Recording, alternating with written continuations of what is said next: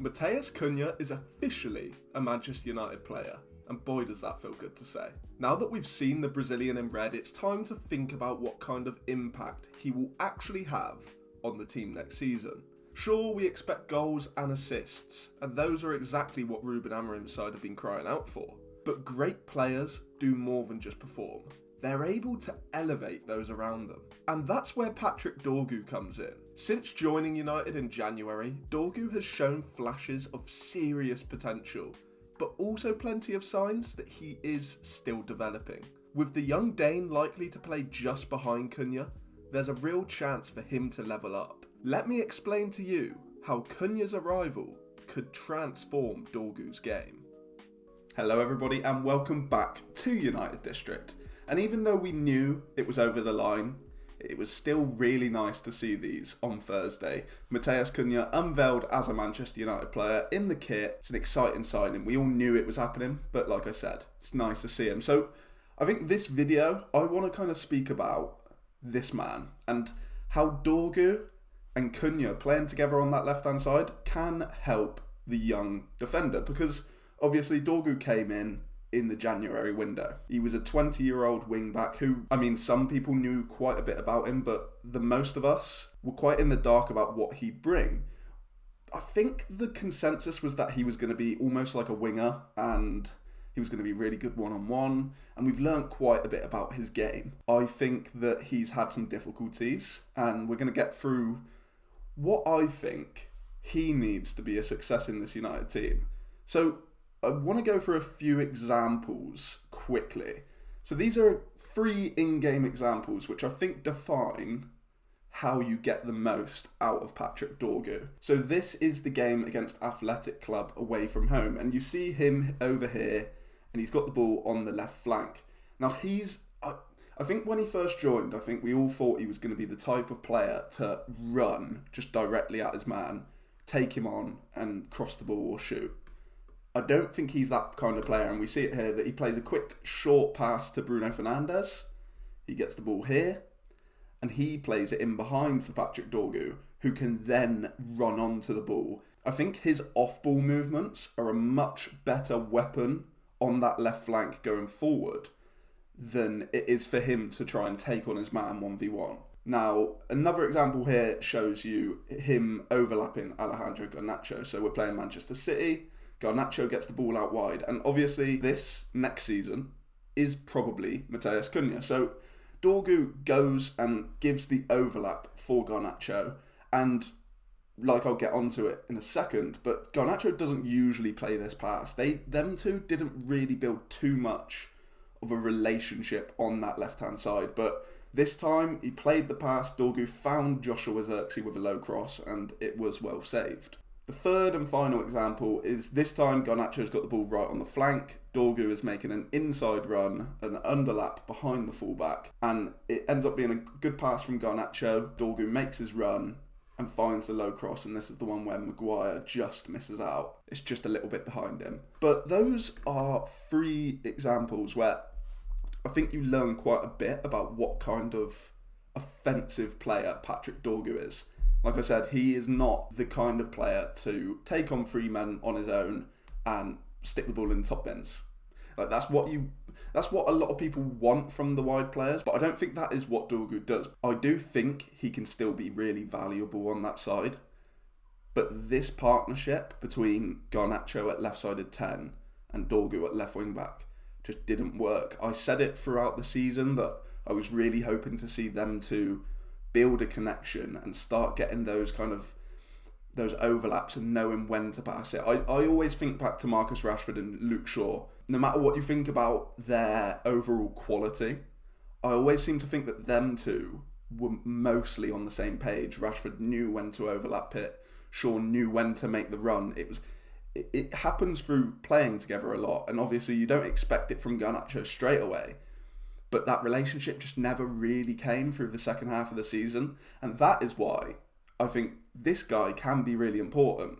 So this is just to explain and show a couple of things which I think Cunha will bring to the side, which will then benefit Dorgu. So I think the first thing to mention is that he will be probably the first United player who is super comfortable, maybe Kobe Mainu as well, but super comfortable in these zones, receiving the ball with his back to goal from that centre-back pass. I've always thought that, especially when Amorim came in, I thought that this kind of triangle between the left centre-back, left wing-back and left 10, and the same on the opposite side, I always thought that would be really important because of this direct pass, because usually if you can get the ball out to those wide centre-backs, they should, in essence, be able to play that pass straight into the number 10's feet, and then whether you've got the wing-back running off him and he flicks it on, and then you've got kind of a attacking movement going on.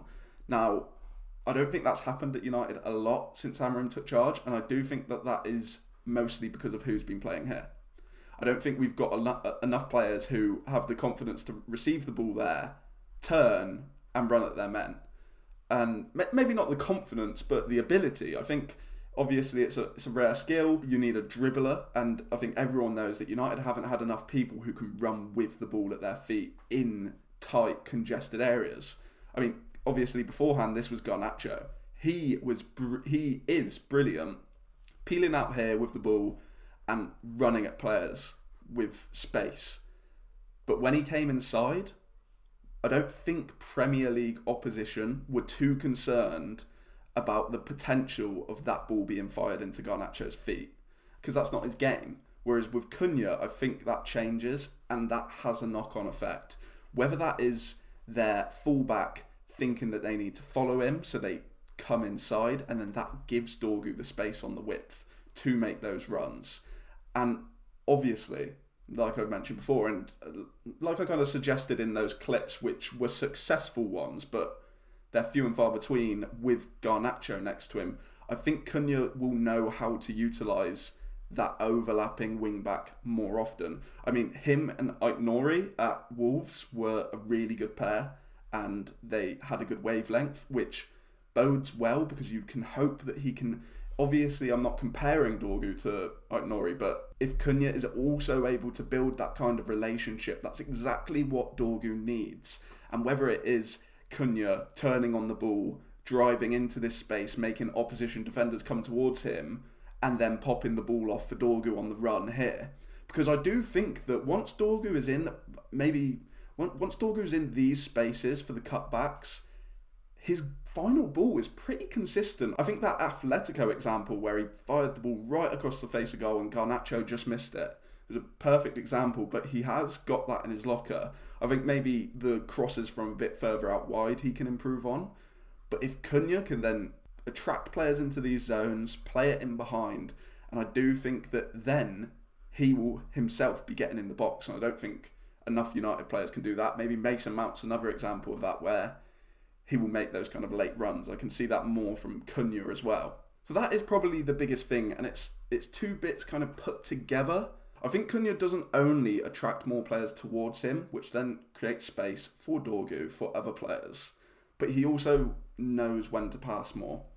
And don't get me wrong, obviously we've seen his highlights. This guy likes a long shot, just like Garnacho did. He likes to cut inside and have a shot, or drift around and have a shot. I don't think he's exclusively going to be in those half spaces. He's going to roam. He's going to try and find, similar to Bruno Fernandes, I think he's going to find those spaces and crop up in different areas of the pitch. But on a whole, I think that his ability to drive with the ball, attract players towards him, but then know what to do when you get to that point is really important. And I think it's going to help this guy. Now, let me know what you think. Is Dorgu going to improve with Cunha? And what have you made of Dorgu's start? Because I think it's an interesting question, because he's definitely not been amazing. I think he's looked really good physically. I think there's been certain games where he has really been able to dominate the flank, which is always good, especially in the system we're playing. But like I said at the beginning, you can see that he's raw, you can see that he needs help. And I don't think this partnership was giving him much help. And that's not entirely Garnacho's fault either, because it's easy to forget that he is also 20 or turning 21 soon. He's also a really young player learning his trade, whereas the man coming in, who will be playing just ahead of Dorgu, is experienced, he knows the league, he knows his abilities, and I think he can help him. So yeah, let me know your thoughts in the comments below, but I was just really interested by that. This is going to be something to watch for next season. Thank you for watching. It's a little bit of a different one. Try and get with the tactics board a little bit more, see if we can use that in future videos. But yeah, thank you very much for watching, and we'll see you in the next one.